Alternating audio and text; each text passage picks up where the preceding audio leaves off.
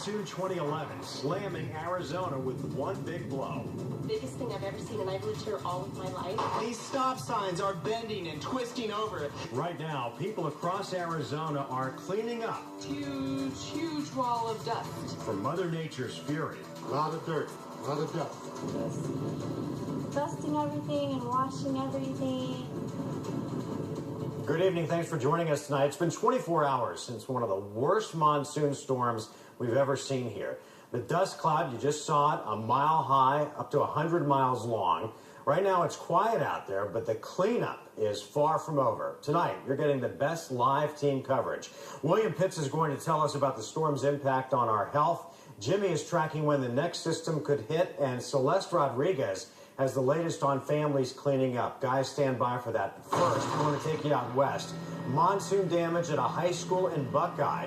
There's a 5-foot hole in the roof of Yunker High. Whipping winds topping 50 to 60 miles an hour, ripping off part of the roof on one of the classroom buildings. Falling debris shattered some windows out there as well. The school thinks, though, that crews should be able to get everything fixed up by the start of the school year. Now to a different roof, one that's about to be in the national spotlight. Chase Field, covered with dirt, with just a few days to go until the All-Star game.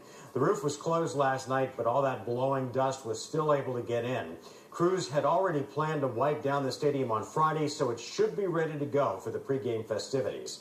Celeste Rodriguez joins us with more on cleanup efforts going on all across the valley. Celeste? Yeah, Mark, as you've mentioned, if you've gone outside, there's a little bit of a light breeze, much calmer tonight, which gave folks a huge advantage as they started that big cleanup effort. A big job that hit most folks in the valley all day and into the night. Any pool in the valley right now has got algae available, and we're just trying to keep it at bay. Bill Moore's pool biz is on overdrive, literally after last night's alert. 300 stories high, the wall of dust contaminated everything in sight. At dawn, the dusty haze could still be seen hovering over the valley. It was the first sign of how much damage the storm had caused overnight. Wasn't a tornado, but it was close to it. Lloyd Calvin says his South Phoenix neighborhood lost power, nearly 20,000 valley-wide. APS and SRP spent the day repairing the down lines. He says the strong winds. I was able to walk to the door, attempt to open the door, and it was strong enough to kind of force me back into the house.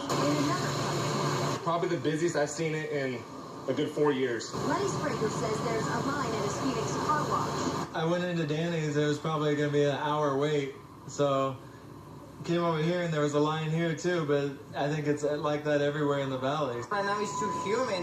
Look at my car, it's so nasty right now.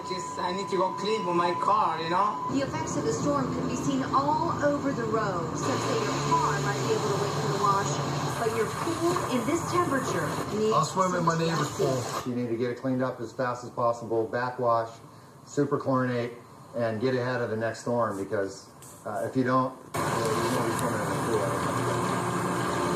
You know, folks are definitely not looking forward to cleaning up from a similar storm. What they are looking forward to is a whole lot more rain. Mark will send it back to you in the studio. Celeste, the wildest thing last night when I got home after the storm came through, I was actually making footprints in the dust as I was walking my dog last night. It was the weirdest thing I've ever seen.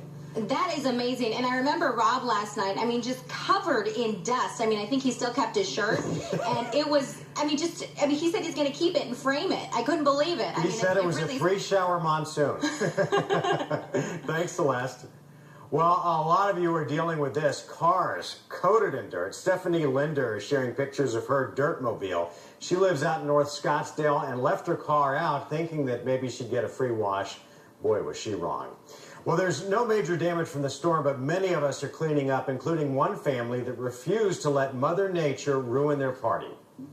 There was just tons of dust. We just redid our patio and had like new patio furniture, and I had to like spend hours this morning just dusting everything and washing everything.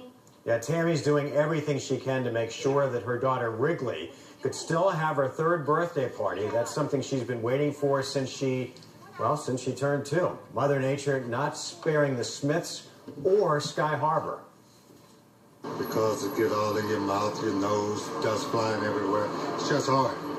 It does. It's all that grit in your mouth, right? The airport says it'll be several days before crews can get everything cleaned up. You may also want to change your air filter and clean your air conditioning unit. The dust can be pretty damaging if it gets inside the condenser coils. Experts say, though, the condenser coils are pretty fragile, so it's probably best to hire someone who can safely spray the coils to get them clean so you can breathe easier indoors. However, if you are outside, the lingering dust cloud is miserable and could be more dangerous than you think. William Pitts joins us from the 12 News Plaza. And William, we're talking about the possibility of valley fever, which is never good. Yeah, not good at all. Thankfully, though, for a lot of people, it's not even noticeable. But for a small percentage of the population, it can be bad, sometimes even fatal. And with all this dust, valley fever, and probably a whole bunch of other stuff, it's probably still up in the air.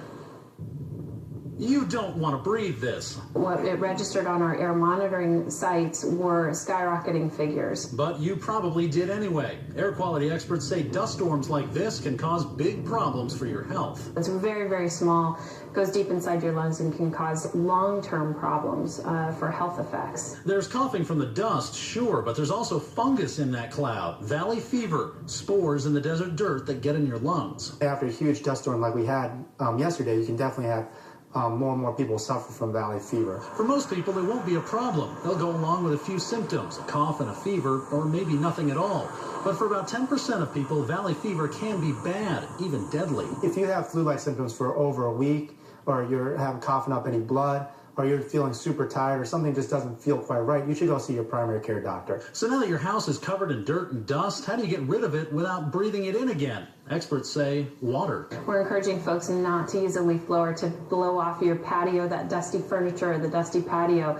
Use a rake, broom, hose if you can. The big cloud of dust came and went in a day, but experts say the stuff it kicked up could be in the air for a while. And once valley fever gets in your system, it actually never leaves. Your body just kind of learns to live with it. There's also no vaccine, but some doctors here in Arizona are working on it. William Pitts, 12 News. William, thanks. All night long, this storm rolled west, slamming the town of Quartzsite pretty hard. The windy weather knocking down 17 power poles, and tonight APS is still trying to get power restored to thousands of homes and businesses. There are concerns the power may not be back up in some areas until Friday. So, what happened? What led to that perfect storm we saw, which you see here in this incredible time-lapse video from downtown Phoenix? Meteorologist Rob Carlmach now with some answers.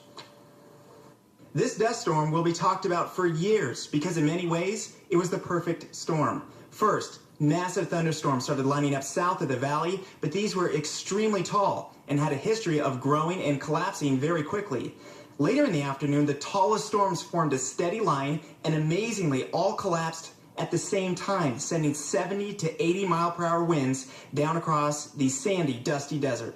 The cloud took shape, 3,000 to 4,000 feet tall and 60 miles wide, bearing down on the valley, turning day to night in about 15 seconds. Finally, where most storms start to fall apart at the valley edge, this one just kept going, and you know the rest. Dust and sand swallowed the city from end to end. A historic event we may be lucky to see again in our lifetime. All right, now let's go over to Jimmy with a look at what's going on tonight. Jimmy, I guess relatively quiet, right? Yeah, actually, you're very right. Just the opposite of last night. Still a couple of showers possible in our region. So we always monitor everything with Doppler 12. Relatively quiet, no major showers.